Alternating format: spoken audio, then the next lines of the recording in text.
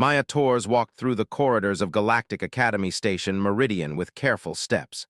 She had been here for 3 weeks now, and the other students still moved away when she approached. Not because they were mean. They were just curious and a little bit scared. The academy floated in neutral space, far from any star system. Thousands of students from hundreds of different worlds studied here together. The station had special areas for different species. Some needed cold temperatures. Others needed different air to breathe. Some lived in water tanks. The galaxy was diverse, and the academy tried to welcome everyone.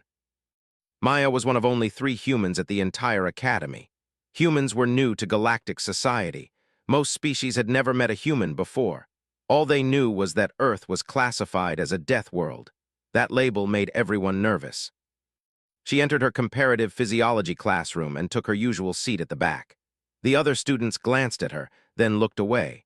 Maya wore what looked like a thick environmental suit. It covered most of her body and made her movements seem slow and careful. Other students thought she wore it to protect herself from the station's environment. Professora entered the room. She was an elderly, with soft gray skin and large, kind eyes. She had taught at the academy for 40 years and had seen students from almost every known species. But this was her first human student. "Good morning, class," Professora said. Her voice was gentle but clear. "Today we will discuss species-specific reflexes and how different environments shape physical capabilities." Maya opened her and began taking notes. She always paid close attention in class. Learning about other species was one of the main reasons she had come to the academy. "Each species develops unique adaptations based on their home world," the professor continued. "For example, they evolved on a low-gravity world with 0.4 g. This gave them quick reflexes and the ability to move with great speed." At the front of the class sat up. He was with scaled skin that shimmered green and gold under the lights. He was large by galactic standards, nearly 2 meters tall, with sharp claws and a powerful tail. He came from a warrior culture and was proud of his species' combat abilities. The professor gestured to a student named, "Evolved in dense forests with many predators. They developed excellent pattern recognition and analytical skills to survive." Nodded politely. She was smaller than most students, with silver skin and large eyes that could see more colors than most species.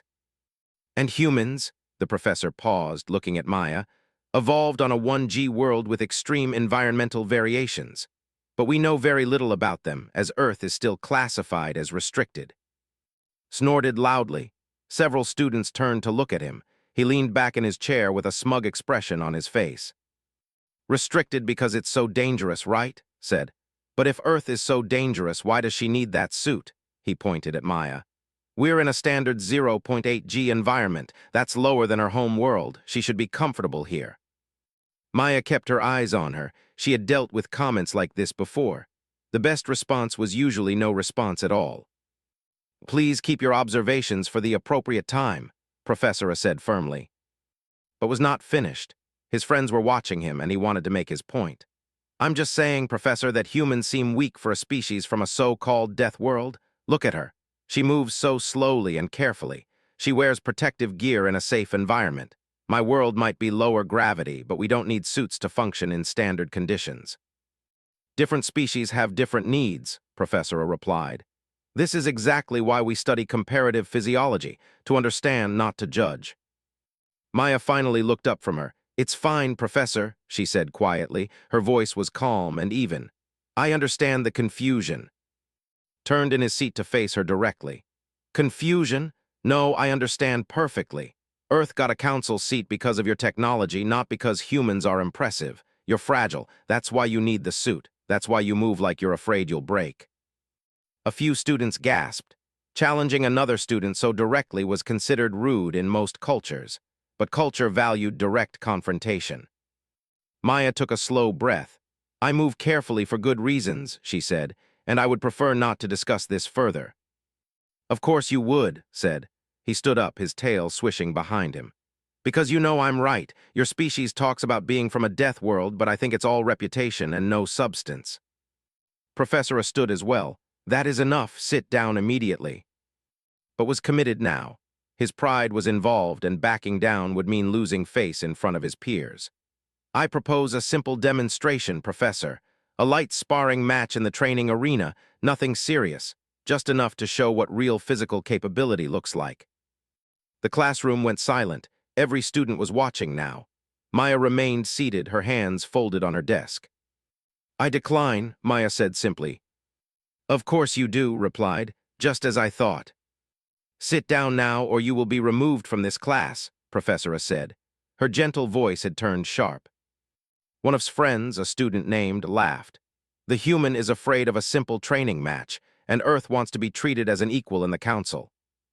Maya's jaw tightened. She remained quiet, but something in her expression changed. It was subtle, but noticed it from across the room. The student had been reading everything she could find about humans. What little information was available painted a very different picture than what imagined. "Please," said quietly, "this isn't a good idea. You should research before you challenge." Turned to her with an annoyed expression. "Research what? That humans are fragile and hide behind technology? I don't need research to see the obvious." "You're making assumptions," insisted. "The Earth files are restricted for reasons. Deathworld classifications aren't given lightly." "Deathworld classifications are based on environment, not inhabitants," shot back. "Earth is dangerous to visit. That doesn't mean humans are dangerous themselves. Look at her." He pointed at Maya again. "Does she look dangerous to you?" Maya slowly stood up. She was not as tall as, but she had a presence that filled the space around her. When she spoke, her voice was still quiet, but everyone heard every word. "I will accept your challenge," she said, "but only under specific conditions. We sign medical waivers, we have the full medical team on standby, and we do this officially through the Academy's combat training protocols." His face showed surprise, then satisfaction. "Medical waivers? You're that afraid you'll get hurt?" "The waivers aren't for me," Maya said flatly. For just a moment hesitated. Something in Maya's tone gave him pause, but his pride had taken him too far to back down now. "Fine," he agreed. "All your conditions. We do this tomorrow in the main training arena, official protocols, medical teams, whatever makes you feel safe." "Tomorrow afternoon," Maya confirmed. "Arena 3, official witness required." Professor stepped between them. "As your instructor, I strongly advise against this, both of you." "It's within Academy rules," Professor said. "Two students agreeing to a supervised training match. We're both adults. We can sign the waivers." The professor looked at Maya. "Are you certain about this, child?" Maya nodded once. "He won't stop otherwise. Better to settle it now properly than to have this continue." Professor sighed deeply. She had seen many student conflicts in her decades of teaching, but never one involving a human. "Very well. I will file the official paperwork, but I want it on record that I oppose this." As the class ended, students filed out in excited groups, whispering about the upcoming match. Walked out with his friends, confident and pleased with himself. He was already planning which techniques he would use to make his point. Approached Maya as she gathered her things. "Are you sure about this?" he asked quietly. "Is a trained fighter. He's been studying combat arts since he was a child." Maya looked at her with an expression that was hard to read. "I appreciate your concern, really, but this needs to happen." "I've been reading about Earth," continued. "The available files are limited, but what I've found suggests that humans are much more capable than they appear. The Deathworld classification, the gravity difference, the atmospheric composition, all of it indicates that you're much stronger than most species realize." "Then you understand why I tried to avoid this," Maya said softly. His eyes widened. "You're not afraid of getting hurt, you're afraid of hurting him." Maya didn't answer. She just picked up her and walked toward the door. "How badly will you hurt him?" asked. Maya stopped at the doorway.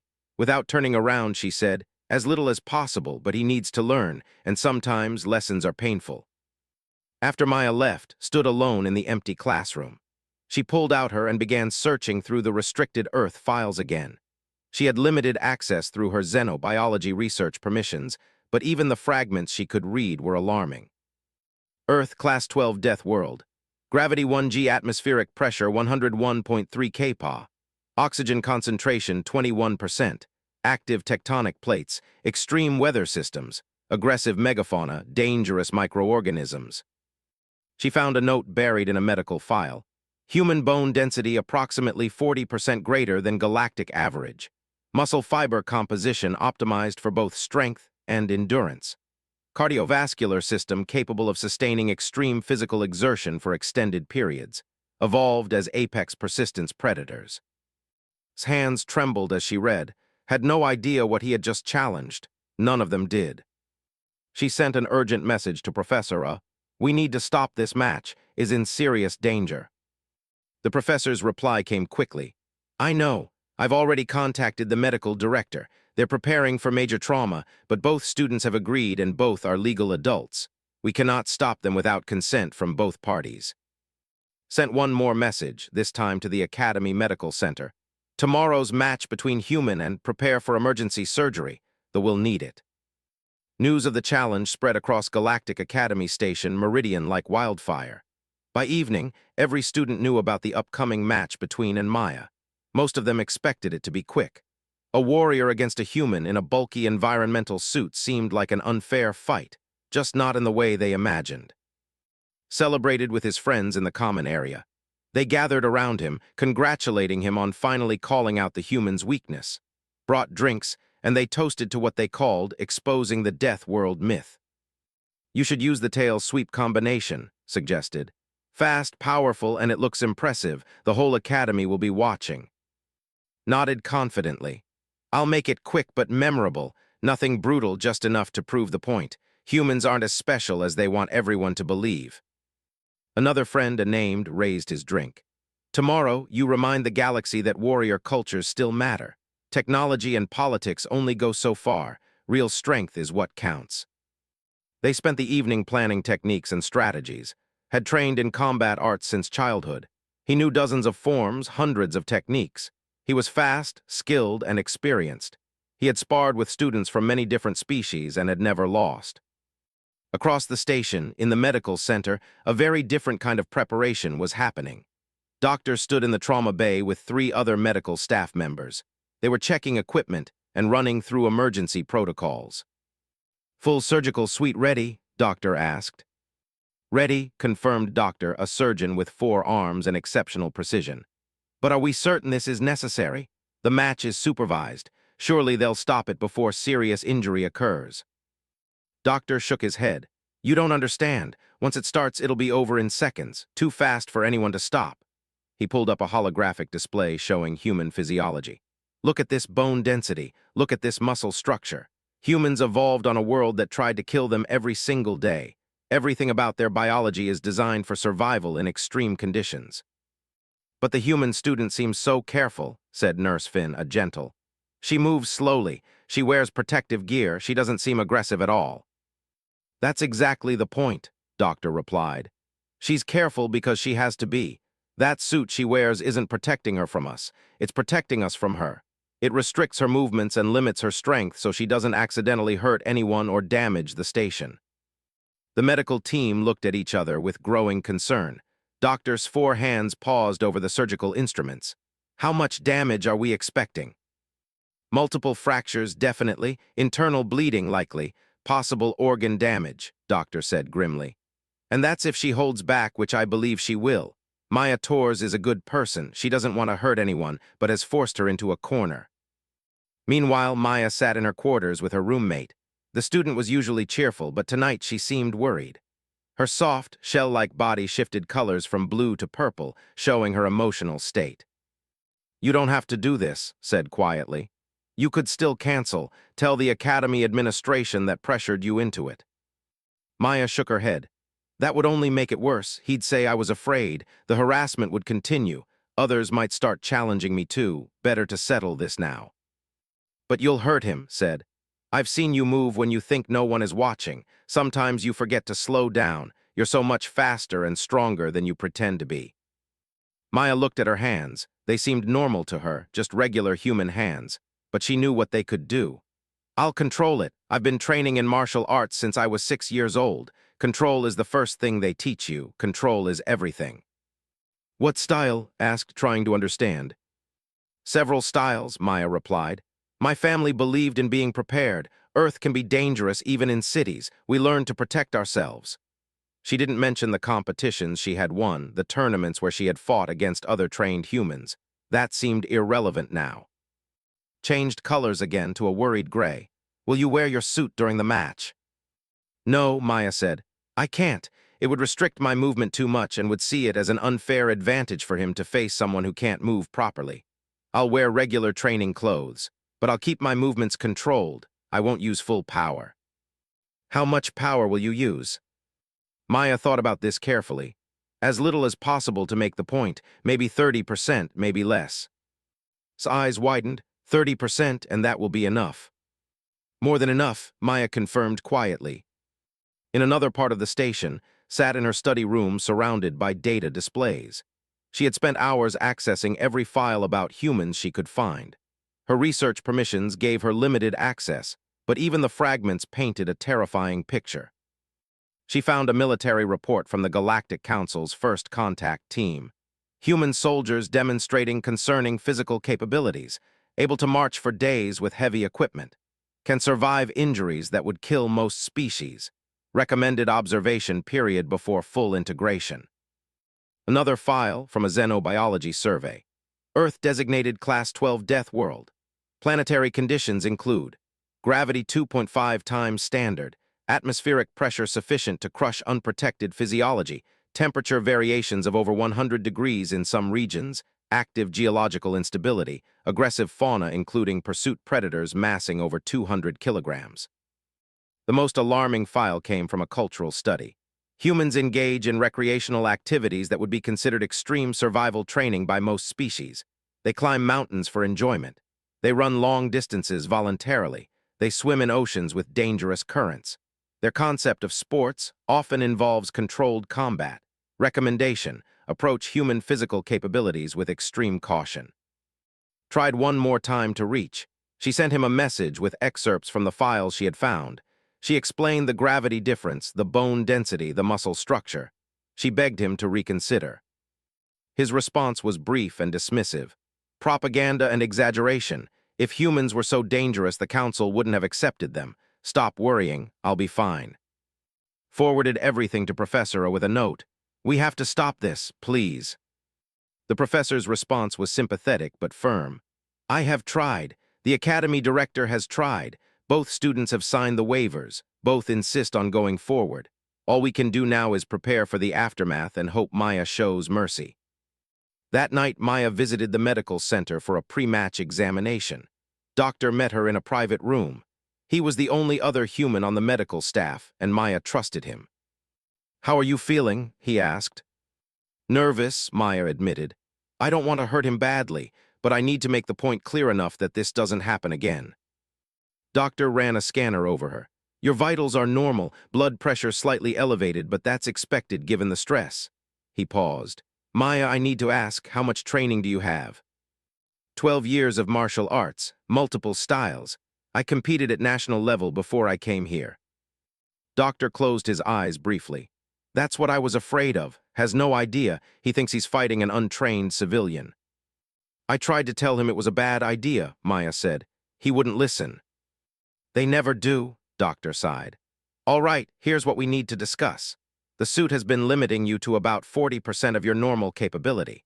Tomorrow, you won't have the suit. You'll be in 0.8G instead of your normal 1G. That means you'll actually be stronger and faster than you are on Earth. Maya hadn't thought about that, so I need to hold back even more. Yes, I recommend no more than 30% power on any strike, preferably less.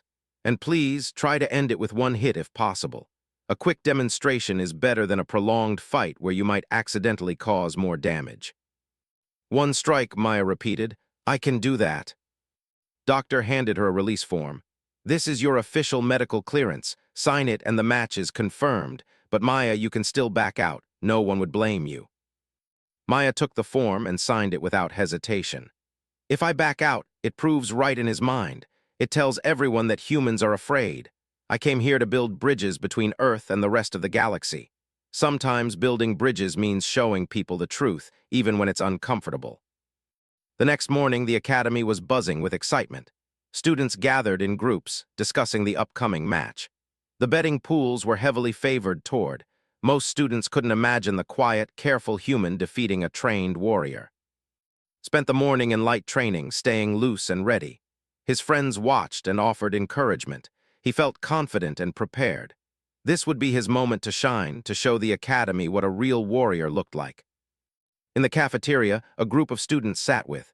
She tried one last time to explain what she had learned about humans. Earth's gravity is 2.5 times what grew up with, she explained, showing them calculations on her. That means Maya's bones, muscles, everything developed under much more stress. She's been carrying what amounts to a heavy weight her entire life. A student named shook his head. But she moves so slowly and carefully. If she was that strong, wouldn't she be more confident, more aggressive? That's exactly why she's careful, insisted. She knows what she can do. She's controlling herself all the time. The suit helps her limit her movements so she doesn't accidentally break something or hurt someone. I think you're reading too much into restricted files, said. Deathworld classifications are about environment, not inhabitants. Yes, Earth is dangerous to visit. That doesn't make humans dangerous. Wanted to scream in frustration. They didn't understand. They couldn't understand until they saw it for themselves. By afternoon, Arena 3 was packed with students. Hundreds of beings from dozens of species filled the observation areas. The arena floor was a large circular space with padded flooring designed to absorb impacts. Medical stations were set up at 4 corners, with doctors' team at one and the General Academy medical staff at the others. Professor A stood at the center of the arena, looking tired and worried. She had tried everything to stop this match, but the rules were clear. Both participants were adults. Both had agreed. Both had signed waivers. Commander Blake, the head of station security, checked the arena's containment systems one more time. He was a massive with gray skin and 4 powerful arms. He had served in galactic peacekeeping forces for 30 years and had seen combat on a dozen worlds. Something about this match made him uneasy. Medical teams ready? He asked over the communication channel. Ready, doctor confirmed. Trauma bay is prepared, surgical suite is standing by. This is a training match between students, Commander Blake said. Why are we preparing like it's a combat zone? Because it is, Doctor replied simply. You'll understand in a few minutes. Entered the arena to cheers from his friends and supporters. He raised his arms, acknowledging the crowd. He wore light training armor that protected vital areas while allowing full movement. His claws were capped with safety covers, as required by Academy rules. His tail swished confidently behind him. Then Maya entered from the opposite side. The crowd quieted. She walked alone without supporters or cheering fans. She wore simple athletic clothing, dark blue and gray, no armor, no protective gear, and most shocking of all, no environmental suit. Without the bulk of the suit, Maya's physiology was clearly visible for the first time. She was compact and dense, with muscle definition that most species didn't possess. She moved to the center of the arena with smooth, economical movements. Her face showed no emotion. She was focused and calm. Noticed the difference immediately. Without the suit, Maya looked different, more solid, more real. For just a moment, doubt flickered across his face. Then his pride reasserted itself, and he pushed the doubt away. Professor A called them both to the center. This is an official supervised training match, she announced, her voice carrying through the arena. The rules are simple, no lethal techniques, match ends at submission, medical incapacitation, or referee stoppage. Do you both understand? Yes, Professor, said confidently. Yes, Professor, Maya said quietly. The professor looked at Maya with sad, knowing eyes. Child, are you absolutely certain? Maya nodded once, I'm certain. Professor A stepped back. She raised her hand. The arena went silent. Hundreds of students watched, waiting. Moved first, he circled to the right using traditional combat footwork. His movements were quick and precise, the result of years of training. He kept his center of gravity low, his clawed hands ready, his tail balanced for stability. Maya stood in the center of the arena and simply watched him. She didn't take a fighting stance. She didn't raise her hands. She just turned slightly to keep in her field of vision. Her breathing was slow and steady. The crowd whispered. Some students thought Maya was frozen with fear. Others wondered if she even knew how to fight. Supporters cheered, sensing an easy victory. Struck first with a testing jab, a quick claw strike aimed at Maya's shoulder. It was fast, controlled, and would have scored a point in any sparring match. Maya moved her shoulder back 6 inches. The strike missed completely. She didn't block it, she didn't deflect it. She simply wasn't there when the claw arrived. Tried again, a combination this time. Jab, cross, low tail sweep. The movements flowed together smoothly, each strike setting up the next. It was textbook combat technique. Maya stepped backward, then to the side. Each of strikes missed by just enough. Her movement seemed almost lazy, like she was walking through the arena rather than fighting. Her expression never changed. In the medical station, doctor watched the monitors. Maya's heart rate was 72 beats per minute. Resting rate for a healthy human, she wasn't even breathing hard. His heart rate was climbing, 120 beats per minute, 130. He was working hard, throwing combinations, moving constantly, and he wasn't landing anything. The crowd's mood began to shift. This wasn't what they expected. Was fast and skilled, but Maya made him look slow. She barely seemed to be trying. Watched from the stands with growing dread. She could see what others couldn't. Maya's movements were economical because she was holding back. She was deliberately slowing herself down to match speed. She was giving him every chance to stop this before it went further. Was beginning to realize something was wrong. He stepped back and reassessed. Maya stood there waiting, not taunting him, not celebrating her evasion, just waiting patiently for him to continue. "Is that all you can do?" called out. "Run away." "I'm not running," Maya replied calmly. "I'm giving you time to stop this."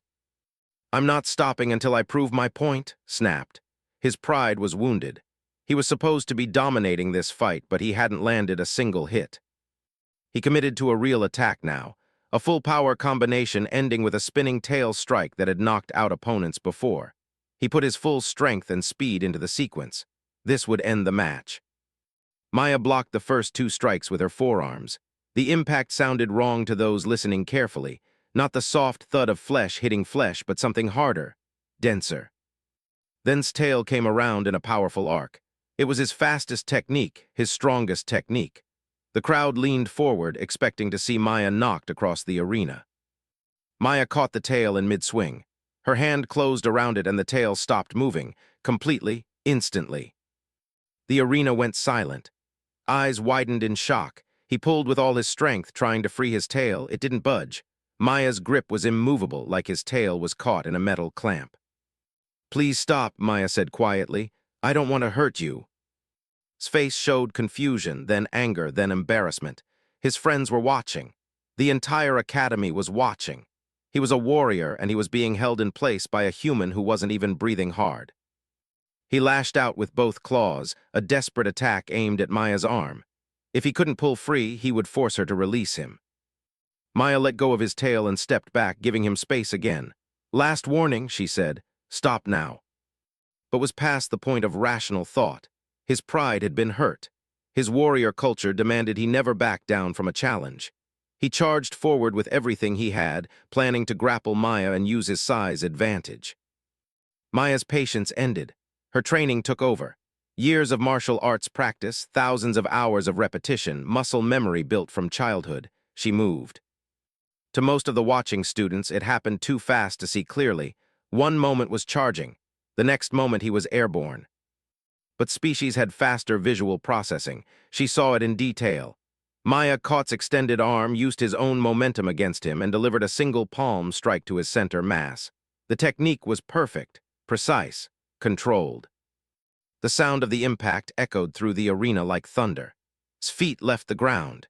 He flew backward through the air, traveling nearly 4 meters before hitting the padded arena wall. The padding was designed to absorb impacts from most galactic species.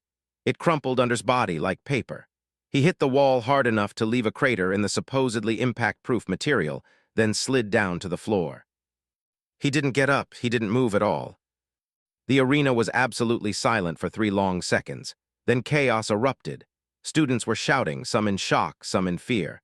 His friends rushed toward the arena floor. Security personnel moved to establish a perimeter. But Doctor and his medical team were already moving. They had started running the moment Maya struck. They reached before anyone else, their scanners already active. Doctor's face went grim as he read the results. Multiple rib fractures, collapsed right lung, severe internal bleeding, spinal trauma at the 4th and 5th vertebrae, possible organ damage. He looked at his team. "Get him on the gurney, move carefully. We need him in surgery now."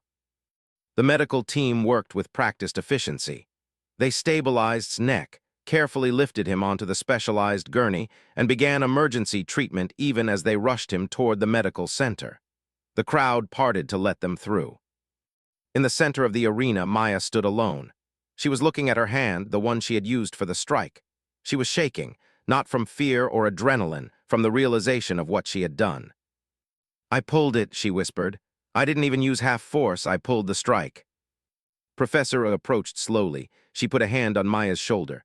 "I know, child, I saw you were trying not to hurt him." "But I did hurt him," Maya said. Her voice was hollow. "I hurt him badly." "He left you no choice," the professor said gently. "You warned him multiple times, he wouldn't listen." Commander Blake was reviewing the arena's recording systems. As head of security, he needed to determine if any rules were broken. He watched the fight from multiple angles, slowing it down frame by frame. What he saw made him call in a consultant. Dr. Lisa Park arrived within minutes.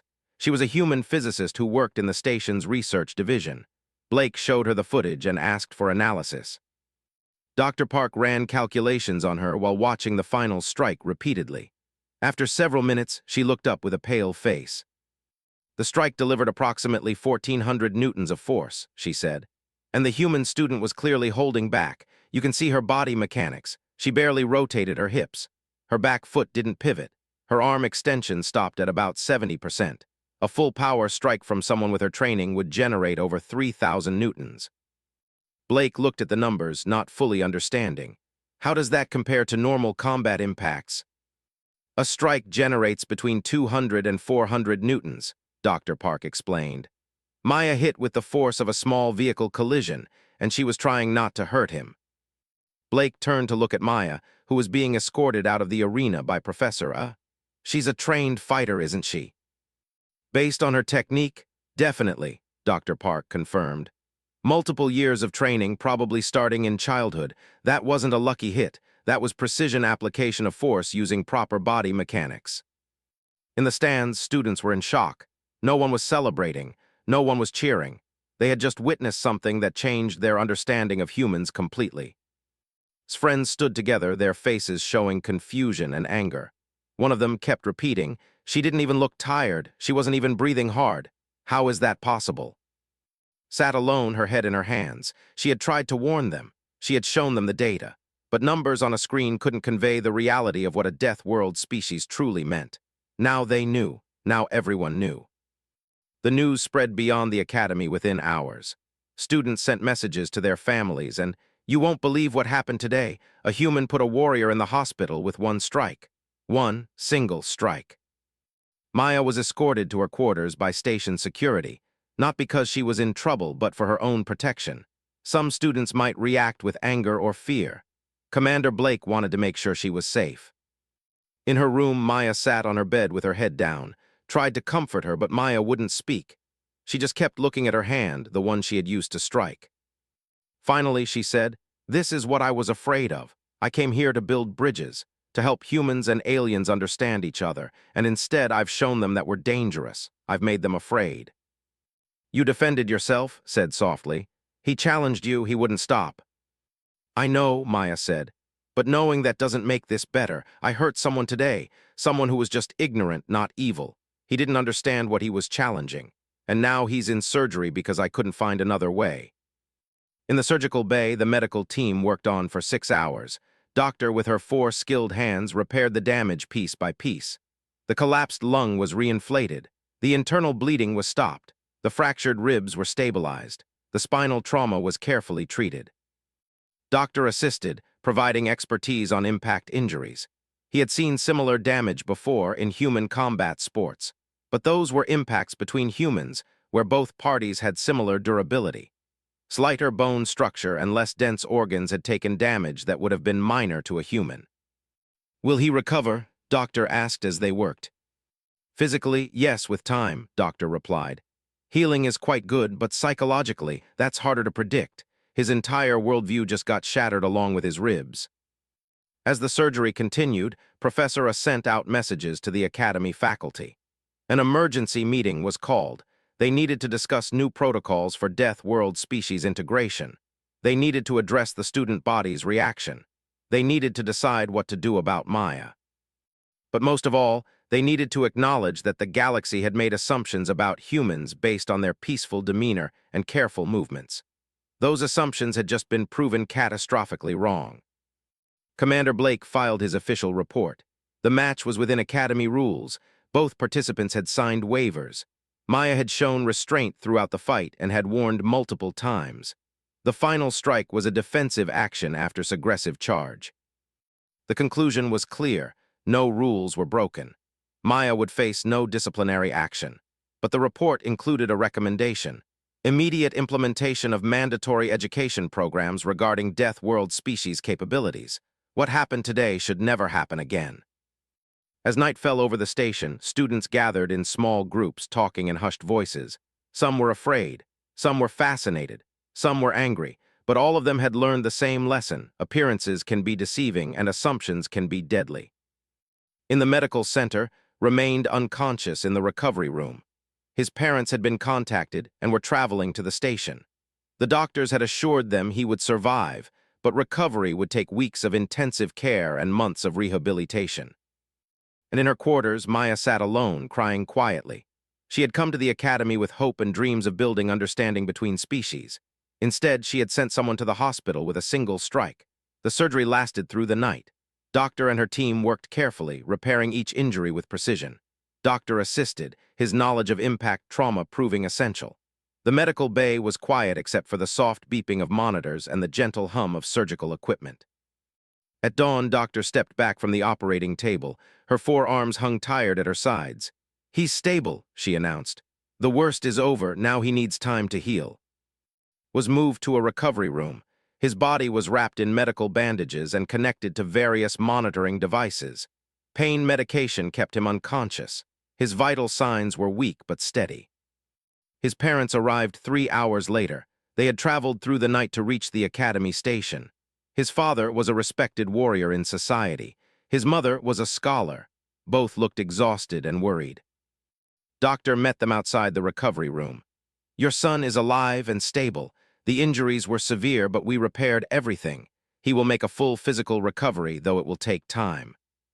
Looked through the window at his son lying motionless in the medical bed. "What happened?" "The message we received said he challenged a human student to combat." "That's correct," Doctor confirmed. "Your son didn't understand what he was challenging. Most species don't. Humans are new to galactic society, and our capabilities are not well understood." "Did the human break the rules?" asked. Her voice was tight with controlled emotion. "No," Doctor said firmly. "She warned him multiple times. She asked him to stop. She used minimal force under the circumstances. If she had struck with her full power, your son would not have survived." His expression shifted from anger to shock. "She held back. This is what happens when she holds back." Doctor nodded. "Humans evolved on a death world. We're stronger, denser, and more durable than most species. We don't advertise this because we don't want to frighten people. We move carefully for everyone else's safety, not our own." The parents stood in silence, processing this information. Finally said, "I need to speak with this human, the one who did this." "That can be arranged," Doctor replied. "But first, you should know something about human culture. Where I come from, we have a saying, 'Be careful what you wish for.' Your son wished to prove human weakness. Instead, he proved human strength. The lesson was painful, but it was the truth he asked to see." Across the station, Maya had not left her quarters. She sat by the window, looking out at the stars. Brought her food, but Maya barely ate. She just stared into space, replaying the match in her mind over and over. There was a knock at the door. Answered it to find Professor standing there with a concerned expression. "May I come in?" the professor asked gently. Maya nodded without speaking. Professor entered and sat down beside her. "How are you feeling, child?" the professor asked. "I heard him," Maya said quietly. "I sent him to the hospital. That's what everyone will remember about humans now, not that we're peaceful or careful, just that we're dangerous." "You are dangerous," Professor said. "But that's not all you are. You're also kind, patient, and controlled. You warned repeatedly. You tried to avoid the fight. When it became unavoidable, you used the minimum force necessary." "It didn't feel like minimum force when I heard his bones break," Maya said. Her voice cracked slightly. Professor was quiet for a moment. Then she said, I've taught at this academy for 40 years. I've seen thousands of students from hundreds of species. You showed more restraint in that arena than most warriors show in their entire careers. You could have struck first. You could have used full power. You could have continued hitting him after he was down. You did none of those things. But the damage, Maya started. The damage was inevitable once made his choice, the professor interrupted. He forced you into a position where any response would cause harm. You chose the response that caused the least harm while still ending the threat. That's not cruelty. That's wisdom. Meanwhile, Commander Blake was conducting a mandatory assembly for all students. The large auditorium was packed. Everyone wanted answers about what had happened in the arena. Blake stood at the podium, his four arms crossed. He was an imposing figure, and his presence commanded attention. The room fell silent. Yesterday, you witnessed something that many of you have never seen before, Blake began. You saw what happens when ignorance meets reality, challenged Maya Tors without understanding what he was challenging. The result is that he's now in medical care with serious injuries. The students listened quietly. Some looked ashamed, others looked frightened. I want to be clear, Blake continued. Maya Tors broke no rules. She acted in self-defense after repeated warnings. She used restrained force, though I'm sure many of you find that hard to believe given the damage. But analysis of the match shows she pulled her strike significantly. If she had used full power, would be dead. Gasps echoed through the auditorium. Blake let that sink in before continuing. This incident reveals a failure in our education system. We accepted Deathworld species into our academy without properly educating you about what that means. That ends today. All students will now attend mandatory courses on cross-species interaction, with special focus on high gravity and Deathworld species. He paused, looking across the crowd. Some of you are afraid of Maya Tors now. I understand that. Fear of the unknown is natural. But let me ask you this. Before the match, how many times did Maya hurt someone by accident? How many times did she lose control? How many times did she use her strength to intimidate or bully others? The room was silent. The answer was obvious: never. Maya Tors has been on this station for 3 weeks, Blake said. In that time, she has been careful, quiet, and kind. She wore a restrictive suit to protect all of you. She moved slowly to avoid accidents. She kept to herself to minimize risk. Yesterday, she was forced to fight, and she did so with more control than most trained warriors display. If anything, this incident should make you less afraid of humans, not more. They know what they're capable of. They choose restraint. In the audience felt vindicated. She had tried to warn everyone, but no one had listened. Now they understood. His friend sat with his head down. He felt guilty. He had encouraged to issue the challenge. He had laughed at Maya's caution. He had thought humans were weak. Now his friend was in the hospital, and it was partly his fault. After the assembly, gathered her research and created a presentation. She titled it, Understanding Deathworld Species, The Truth About Earth and Humans. She scheduled a voluntary session in one of the lecture halls, expecting maybe 20 students to show up. Over 200 students attended. They filled every seat and stood along the walls. Everyone wanted to understand what they had witnessed. Stood at the front, nervous but determined. She pulled up her first display, a comparison chart of different planetary classifications. Earth is classified as a Class 12 death world, she began. On a scale where Class 15 is uninhabitable by any known species. To put this in perspective, most Council species come from Class 3 to Class 5 worlds.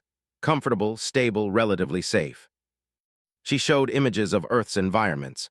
Hurricanes that could destroy cities, earthquakes that could split the ground, volcanoes that could darken the sky, oceans with waves 20 meters high, mountains where the air was too thin to breathe. Humans evolved in this, said.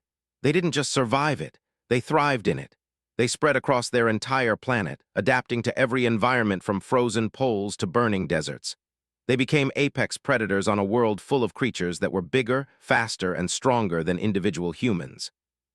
She showed the gravity comparison. Earth, 1G, 0.4G. This means Maya has been living her entire life under pressure that most of us can't imagine. Her bones, muscles, everything about her body is designed for that pressure. When she moves in our standard 0.8G environment, she's actually stronger and faster than she would be on her own world. A student raised a hand, but she seemed so slow in the arena, at least at first. That's the point, explained. She was deliberately slowing herself down, moving at a pace could follow. She was giving him every chance to reconsider. Only in the final strike did she move at something closer to her natural speed, and most of you couldn't even see it happen. She showed medical data comparing bone density and muscle composition. A human skeleton can withstand impacts that would shatter most species' bones. Their muscle fibers are denser and generate more force per unit of mass. Their cardiovascular system can sustain extreme exertion for hours. They are built for endurance and survival. Another student asked, if they're so strong, why are they so peaceful? Why don't they dominate? Smiled sadly. Because they learned something that many species never learn. They learned that strength without control is destructive. On Earth, humans fought wars that nearly destroyed their entire civilization. They developed weapons that could kill millions, and then they chose to step back from the brink. They chose cooperation over conflict. When they finally reached space, they had already learned the lesson that some species never learn. Violence should always be the last resort. The presentation continued for 2 hours, covered human history, culture, biology, and psychology. By the end, the students had a very different understanding of the species they had dismissed as weak. That evening, Doctor sent a message to Maya. Parents want to meet you. They're not angry, they want to understand. Will you come? Maya agreed, though her hands shook as she made her way to the medical center. Came with her for support. The meeting took place in a private consultation room and sat on one side. Maya and sat on the other. Doctor stood nearby, ready to intervene if needed. The silence stretched for a long moment, then spoke. I am not here to blame you, he said. I'm here to apologize. My son challenged you without knowledge. In our culture, that is a grave dishonor. A warrior must know his opponent, failed in this basic duty. Maya blinked in surprise. She had expected anger, maybe even threats, not an apology. I didn't want to hurt him, she said softly. I tried to avoid the fight. I warned him, but he wouldn't stop. I know, replied. We reviewed the arena footage. We saw everything. You showed mercy. In our culture, a true warrior would have followed through with full force. You pulled your strike. You gave my son his life. Leaned forward. Can you help me understand something? Why do humans move so carefully if they're so strong? Wouldn't confidence and power make you more aggressive? Maya thought about how to explain. On Earth, we have many dangerous things, animals that can kill us, weather that can kill us. Even the ground can kill us during earthquakes. We learn very young that the world is dangerous. We learn to move carefully, to think before acting, to control our strength. It's not weakness, it's survival. She paused, gathering her thoughts. I grew up in a city which is relatively safe for Earth, but I still learned martial arts from age 6. Not because I wanted to fight, but because my parents wanted me to be able to protect myself. Control was the first lesson. How to pull a punch. How to use minimum force. How to stop yourself from causing permanent harm, because humans can be very fragile too. We can hurt each other badly if we're not careful. But other species are even more fragile to you, said, understanding dawning in her eyes. Yes, Maya confirmed. That's why I wear the restrictive suit. That's why I move slowly. I don't want to accidentally hurt anyone. I came here to learn and make friends, not to prove how strong humans are. Stood and bowed in the traditional gesture of respect. You have honor, you have control, you have wisdom. These are the marks of a true warrior. I hope my son learns from this experience. As they prepared to leave, asked one more question. When wakes up, will you speak with him? Maya hesitated, then nodded. If he wants to talk, I'll listen. Later that night, the Academy administration released a statement. It outlined new policies for Deathworld species integration, mandatory education programs, and stricter protocols for interspecies combat challenges. The statement acknowledged the Academy's failure to properly prepare students and promised changes. The Galactic Council also released a brief message. The incident at Galactic Academy Station Meridian highlights the importance of understanding and education in interspecies relations. We commend all parties for handling this situation with maturity and look forward to improved protocols. In her quarters, Maya finally ate a full meal, watched with relief as some color returned to Maya's face. Do you think things will get better? Asked. Maya considered this. I think people understand now. That's a start. They're scared, but they're also trying to learn. That's more than I hoped for. 2 days later, woke up. The pain medication had been reduced and consciousness returned slowly. His first sensation was pain. Everything hurt. His chest, his back, his ribs. Breathing was difficult. Doctor was there immediately, checking his vitals. Welcome back, she said gently. You're in the medical center. You've been unconscious for 2 days. How do you feel? Like I was hit by a shuttle, managed to say. His voice was weak. Close, doctor replied. You were hit by a human, which, as it turns out, is quite similar. As mind cleared, the memories returned. The challenge, the arena, Maya's patient evasion, the moment he realized he couldn't touch her, the desperate final charge, and then the strike. The single, devastating strike that had ended everything in an instant. She pulled it, didn't she? He asked quietly. The strike she held back. Doctor nodded. Significantly, if she had used full power, we wouldn't be having this conversation. Closed his eyes. I was a fool, a proud, ignorant fool. 1 week after the match, Maya received a message. The message was simple. Will you visit me? I need to speak with you. Maya sat in her quarters, staring at the message for a long time. She was afraid of what he might say, afraid he hated her, afraid the conversation would make everything worse. But she had promised his parents she would talk to him when he was ready. I'll come with you, offered. Maya shook her head. No, this is something I need to do alone, but thank you. Doctor met her at the medical center entrance.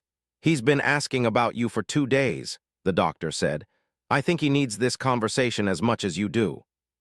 Maya nodded but didn't speak. Her hands were trembling slightly. Was sitting up in his medical bed when Maya entered. He still had bandages wrapped around his torso and monitors tracked his vital signs, but his eyes were clear and focused. There was no anger in his expression, only something that looked like regret. They stared at each other for several seconds, then spoke first. I was a fool, he said quietly. I challenged you without understanding what I was challenging. I assumed your caution meant weakness. I thought your patience meant fear. I was wrong about everything. Maya pulled a chair close to the bed and sat down. I tried to warn you. I tried to avoid the fight. I know, replied. I've watched the arena footage a dozen times. You gave me every chance to stop. You held back during the entire match. You pulled the final strike, and I still ended up here. He touched his bandaged ribs carefully. If you had used your full power, I wouldn't have survived, would I? Maya met his eyes. No, you wouldn't have. Was quiet for a moment, processing that truth. Why did you hold back? In culture, if someone challenges you, you're supposed to respond with full force. It's a matter of honor. Human honor is different, Maya explained. We believe that true strength includes knowing when not to use your full power. Hurting someone more than necessary isn't honorable. It's cruel. I didn't want to hurt you at all. I just wanted to make the point clearly enough that you would stop. You made your point, said with a weak attempt at humor. Very clearly. A silence stretched between them, not hostile but heavy with things unsaid. Finally asked, what is Earth really like? I never researched it. I just assumed it was all propaganda. Maya thought about her home, about the blue skis and the smell of rain, about mountains that touched the clouds and oceans that stretched to the horizon, about the danger and the beauty mixed together. Earth is hard, she said. Everything there is trying to survive just like us. The weather can kill you. The animals can kill you. Even the plants can be poisonous. But it's also beautiful. We have sunsets that paint the whole sky in colors. We have forests so thick you can't see the ground from the trees. We have seasons that change everything. She continued, growing up there teaches you to respect danger. You learn that being careless gets you hurt. You learn to control yourself because if you don't, you might hurt someone else. My parents put me in martial arts classes when I was 6. Not to teach me to fight, but to teach me control. How to use just enough force. How to stop myself from causing permanent damage. Control, repeated. That's what I saw in the arena, wasn't it? Not hesitation, control. Yes, Maya confirmed. Every movement I made was deliberate. I was constantly calculating how much force to use, how fast to move, where to strike to end the fight without causing more damage than necessary. Looked down at his bandaged body. And you still hurt me this badly. I'm sorry, Maya said softly. I didn't want this. Don't apologize, said firmly. You did nothing wrong. I forced you into that position. The fault is mine alone. He paused, then added, my father told me something. He said a true warrior must know his enemy before challenging them. I violated that basic principle. I let my pride and my assumptions guide me instead of knowledge. That was my failure, not yours. Over the next hour they talked, asked questions about Earth and human culture. Maya answered honestly, helping him understand the world that had shaped her. She told him about human history, about the wars they had fought and the peace they had chosen, about the weapons they had developed and then agreed to limit, about the moment her species realized that strength without wisdom was self-destructive. We could have destroyed ourselves many times, Maya said. We came close, but we learned. We chose cooperation over conflict. When we reached space and met other species, we were already determined to be peaceful, not because we were weak, but because we knew the cost of violence. Listened carefully. His worldview was shifting, pieces of it breaking apart and reforming into a new understanding. In my culture, strength is everything. We admire warriors, we celebrate combat, but I'm starting to think we've been missing something important. Strength matters, Maya said, but wisdom matters more. My teacher used to say that anyone can throw a punch. It takes real skill to know when not to punch. As their conversation was ending, asked one more question. Can we be friends? I know that sounds strange after everything, but I want to learn from you. I want to understand humans better, and maybe I want to become better myself. Maya smiled for the first time since entering the room. I'd like that. I came here to build bridges between species. Maybe we can build one together. News of their meeting spread quickly through the academy. Students who had been afraid of Maya started to reconsider. If the one she had hurt could forgive her and seek friendship, maybe there was hope for real understanding. Organized another presentation, this time with Maya as a participant. The lecture hall was even more crowded than before. Students stood along the walls and sat in the aisles. Everyone wanted to hear directly from a human. Maya stood at the front, nervous but determined. I know many of you are afraid of me now, she began. I understand why. What happened in the arena was shocking, but I want you to know something important. Humans are not monsters. We're just people who evolved in a difficult environment. She pulled up images of Earth, children playing in parks, families gathering for meals, cities full of life and laughter. This is what Earth really is. Yes, it's dangerous, but it's also home. We love our world despite its challenges, maybe because of them. A student raised a hand. Why do you wear the restrictive suit? Because I'm afraid, Maya answered honestly. Not afraid of you hurting me, afraid of me hurting you by accident. What if I bump into someone too hard? What if I open a door with too much force? What if I forget to control my strength for just one moment? The suit helps me remember to be careful. It makes everyone safer, including me. Another student asked, are all humans as strong as you? I'm actually average for a human female, Maya said. There are humans much stronger than me, but we all learn control. It's part of growing up on Earth. We know what we're capable of, so we learn to be gentle. The questions continued for over an hour. Maya answered each one patiently, helping students understand that humans were not the threat they imagined. They were just another species trying to find their place in the galaxy. After the presentation, several students approached Maya. Some apologized for avoiding her. Some asked if they could be friends. One brave student asked if Maya would teach a class on human martial arts, focusing on control and restraint. I'd be happy to, Maya said, but only if we focus on the philosophy, not just the techniques. Martial arts aren't about fighting. They're about understanding yourself and controlling your actions. The Academy administration implemented the new policies. All students now attended mandatory courses on Deathworld species. The curriculum covered biology, psychology, culture, and proper interaction protocols. Professor led the program, using Maya and situation as a case study. This incident could have been prevented with education, the professor told each class. Ignorance led to assumptions, assumptions led to a challenge, and the challenge led to serious injury. Learn from this. Ask questions, research before judging, understand before acting. 3 weeks after the match, was released from medical care. He still moved carefully, his ribs healing but tender. His first action was to visit Maya in her quarters. She answered the door to find him standing there with a small package. I brought you something, he said, a gift from Mai. Inside the package was a traditional warrior token, a carved stone that represented honor and respect. Among my people, we give these to warriors we admire. I want you to have it. Maya accepted it carefully. I'm honored, thank you. I've been thinking a lot while recovering, said. About strength and wisdom, about what it means to be a warrior. I want to learn from you if you're willing to teach me. They began meeting regularly. Maya taught about human martial arts philosophy. He taught her about combat theory. They discovered that their cultures had different approaches but similar goals: discipline, control, and honor. Other students noticed their friendship and were encouraged by it. If a warrior and a human could build a bridge, maybe other species could too. Study groups formed, mixing students from different worlds. Cultural exchange programs expanded. The academy became a more integrated community. Commander Blake observed these changes with approval. He filed a report to the Galactic Council. The incident between Maya Tors and, while unfortunate, has led to significant improvements in interspecies understanding.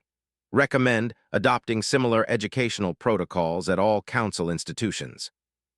The council agreed. Within months, academies across the galaxy implemented Deathworld species education programs. The human delegation to the council used Maya's experience to advocate for better integration policies. 6 months after the match, the academy held a special symposium on cross-species combat safety. Maya and were invited to present their joint research. They had spent months developing protocols for safe training between species with different capabilities. The auditorium was packed. Students, faculty, and representatives from various governments filled every seat. Maya and stood together at the podium, their friendship a living example of reconciliation.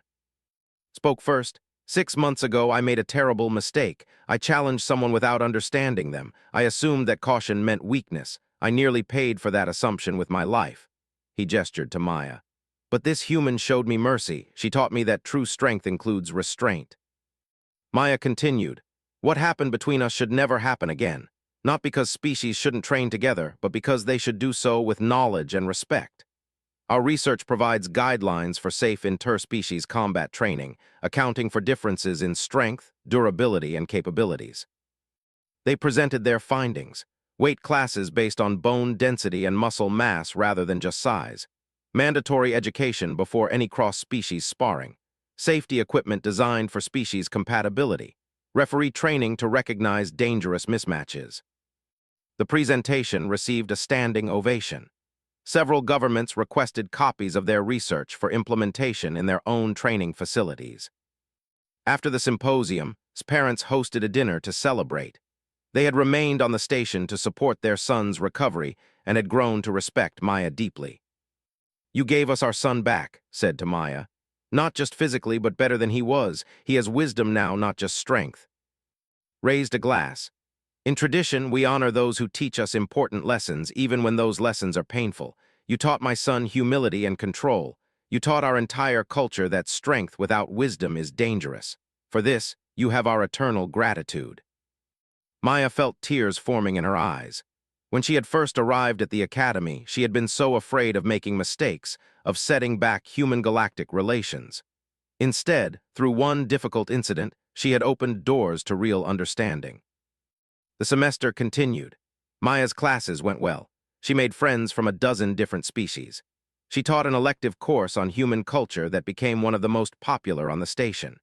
She even convinced the administration to install a small gym where she could practice martial arts without the restrictive suit, though she always made sure no one else was around when she trained at full capacity. Made a full recovery. He returned to his combat training, but with a new philosophy. He focused on control and precision rather than raw power. He often said that getting hurt by Maya was the best thing that ever happened to him because it taught him what true warrior skill meant. Their friendship became legendary at the academy. The warrior and the human death, studying together, learning from each other, proving that understanding could bridge any gap. One evening, they sat together in the observation deck, looking out at the stars. The deck was quiet, most students having returned to their quarters. Do you ever regret coming here? Asked. After everything that happened. Maya thought about the question carefully. She thought about the fear she had felt, the guilt after hurting, the difficulty of being constantly watched and judged. But she also thought about the friends she had made, the understanding she had built, the changes she had helped create. No, she said finally.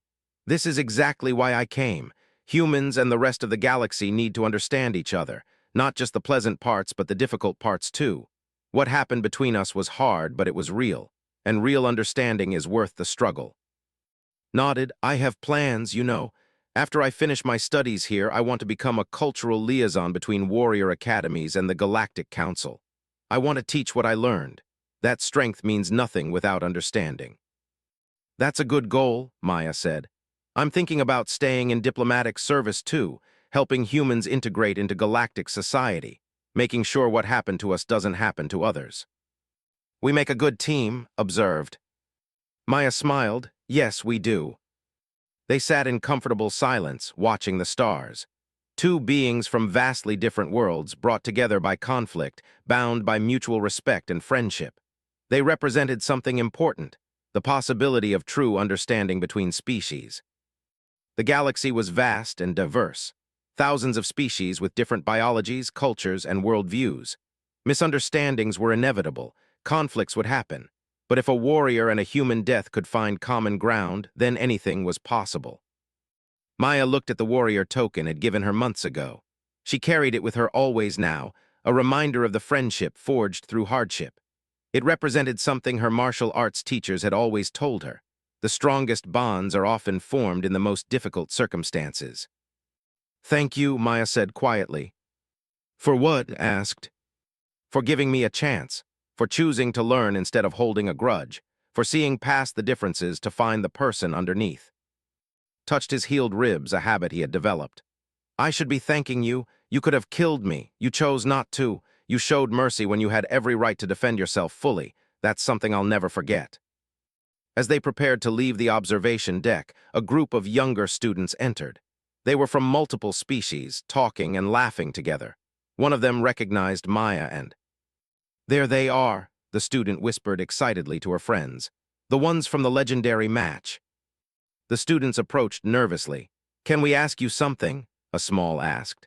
"We're working on a project about cross-species cooperation. Would you be willing to talk to us about your experience?" Maya and exchanged glances, then they both smiled. "Of course," Maya said, "we'd be happy to help." They spent the next hour talking with the young students, answering questions, sharing their story.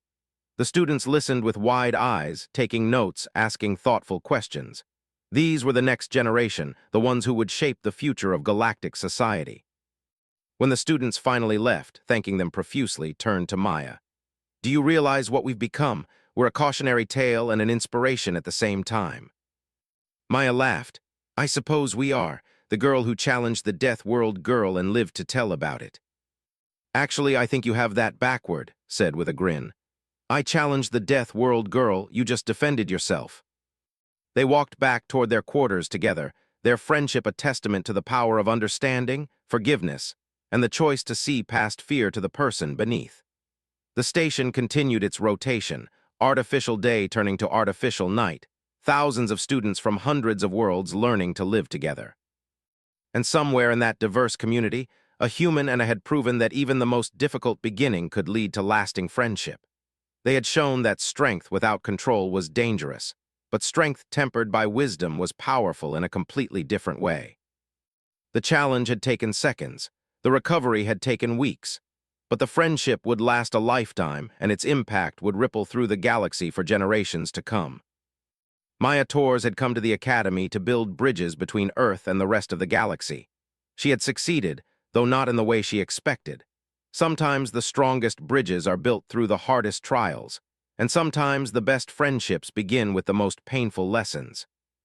In the end, that was the real story, not about the match or the injury or the fear, but about two individuals who chose understanding over resentment, friendship over fear, and cooperation over division. They proved that in a galaxy of countless differences, the choice to understand and respect each other was the most powerful force of all. "Yes," Doctor agreed, "but you're alive and you have a chance to learn from this. Many beings don't get that chance after challenging something they don't understand." His parents visited soon after. Their conversation was private, but those who saw afterward noticed a change in him. The arrogance was gone. The easy confidence was replaced with something deeper, something quieter. And through it all, Maya waited. She had been given a second chance at her mission to bridge the gap between humans and the rest of the galaxy. But this time, everyone knew the truth. Humans were kind and careful by choice, not because they had to be, and that perhaps made all the difference. Stayed with her, offering comfort without words. Sometimes there was nothing to say. Sometimes the weight of consequences was just something you had to carry. The strike that took seconds to deliver would have repercussions that lasted much longer. For Maya, for the Academy, and for how the galaxy understood humans. The Deathworld girl had been challenged. and the galaxy had learned why humans moved so carefully. "Begin," the professor said and dropped her hand. The match had started. She received a simple response from Doctor, the human medical liaison. "Already prepared.